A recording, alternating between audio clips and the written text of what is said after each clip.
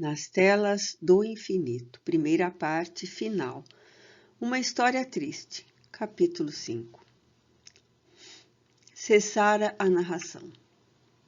Um velário, qual reposteiro acinzentado, que corresse, encobriu de minhas faculdades, as quais, momentaneamente, haviam favorecido com possibilidades preciosas os ambientes aviventados de um passado já submerso nas torrentes do esquecimento. Infiltravam-se-me pelo ser adentro as insólitas impressões que me fizeram vibrar poderosamente durante a fascinante exposição, as quais perdurariam, ecoando em minha alma, até que me fosse dado traduzi-las para a linguagem humana, conforme ordens daquele boníssimo servo do Senhor. Não obstante, vejo-me de retorno à miserável residência da pobre moça tuberculosa no Morro do Querosene. A jovem dormia ainda, arquejando debilmente, favorecida pelas indúcias de um sono protetor e benfazer. Contemplando-a a exangue sobre os restos do colchão apodrecido, coberta de andrajos, o nobre amigo voltou-se para mim, colimando a lição. Eis aqui Palmira, disse gravemente, apontando para a enferma adormecida. Ei-la, a filha ingrata, a grande sedutora, egoísta e vaidosa, findando a etapa que se seguiu àquela que acabamos de recordar, ultimando uma existência diferente, de provas e expiações, na qual testemunhou nobremente o grande arrependimento pelos desvarios do passado. Ela, que então abandonara a família numa hora de insensata rebelião, fugindo ao cumprimento do dever no momento decisivo em que fora chamada pelas leis das causas, aprova a resistência do próprio caráter no contato com as dores comuns à vida cotidiana. Ela, cuja ambição pelos bens materiais e cuja vaidade não trepidaram, nem mesmo diante dos mais sagrados imperativos da honradez, a fim de se satisfazerem, voltou a uma existência imediata paupérrima, outra vez, órfã, desvalida, com duas irmãs menores sob sua responsabilidade, das quais era o único arrimo, aprendendo assim, na estimulante prova do insulamento, o culto sublime da família. Sofreu asperamente. Desamparada, desde muito cedo, experimentou no coração, tisnado de amargura, a ausência do seio materno, suportando impávida as angústias de cada dia. E mulher, abandonada, só padeceu a humilhação, a desventura de não poder jamais contar a proteção de um braço masculino. Ela que ainda ontem arrebatara do amor de esposas amorosas e de filhos confiantes os chefes dantes, respeitáveis e atenciosos. Abandonando-se outrora a cupidez como os desvios da libertinagem, eis que hoje, em etapa reabilitadora, vemo-la de volta à terra, em ambiente infamado, testemunhando resistências heróicas nos desvios para o mal. Lutou contra todas as ciladas do cenário em que viveu. Desmascarou todas as seduções e circunstâncias que a tentaram impelir para a desonra. Arredou insídias, desprezou miragens e mistificações que acenavam para a miséria em que vivia com capciosos estratagemas, afastando-se por si mesma dos abismos diante dos quais era chamada pela ordem natural da lei das reparações, a fim de provar o respeito aos deveres sacrossantos da dignidade feminina. E ao choque de pelejas tão árduas, espiou os nefandos desvarios da louca Palmira do século XIX.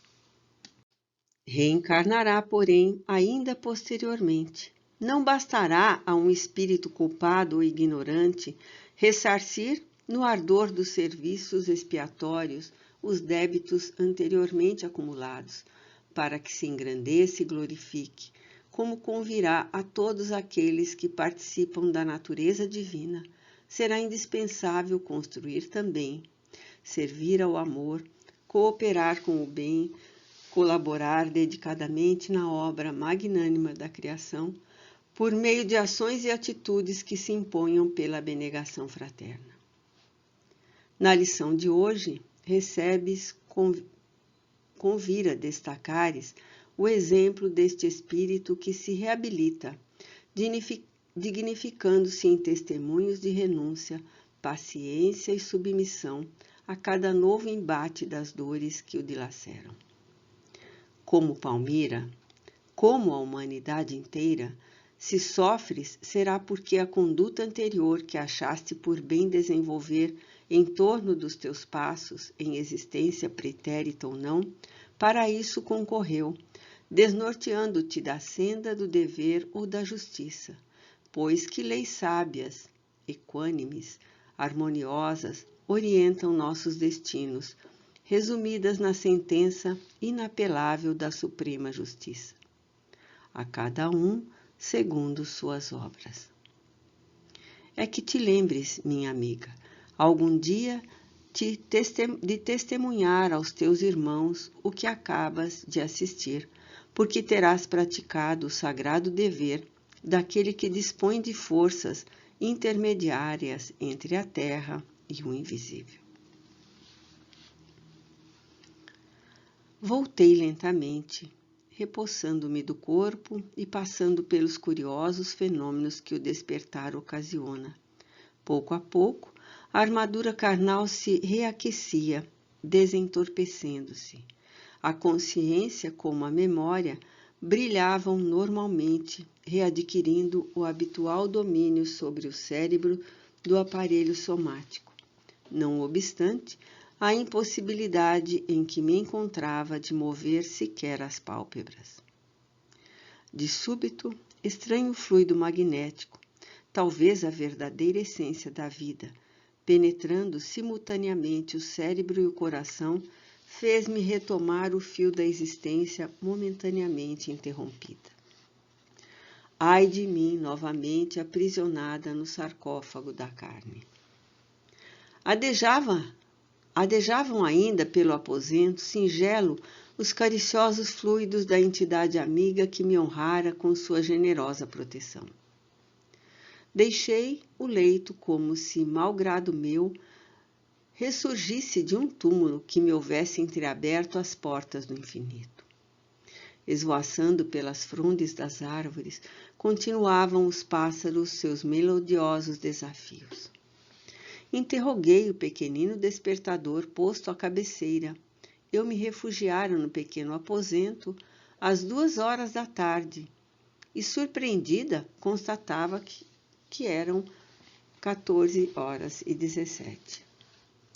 Os empolgantes fenômenos que arrebataram meu espírito, o impressionante drama de 2 existências que marcaram etapas decisivas do destino espiritual de uma criatura, se desenrolaram à frente de minhas sensibilidades no curto espaço de alguns minutos. Oh, que majestosa é a ciência do invisível, e que formosa a doutrina dos espíritos. Fim.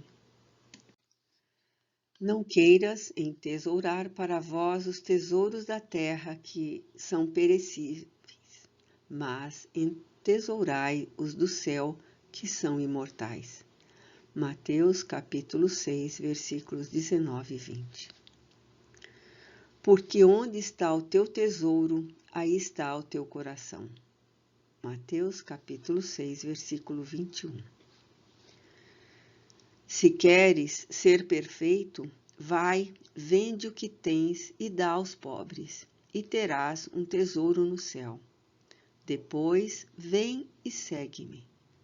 Mateus capítulo 19, versículo 21.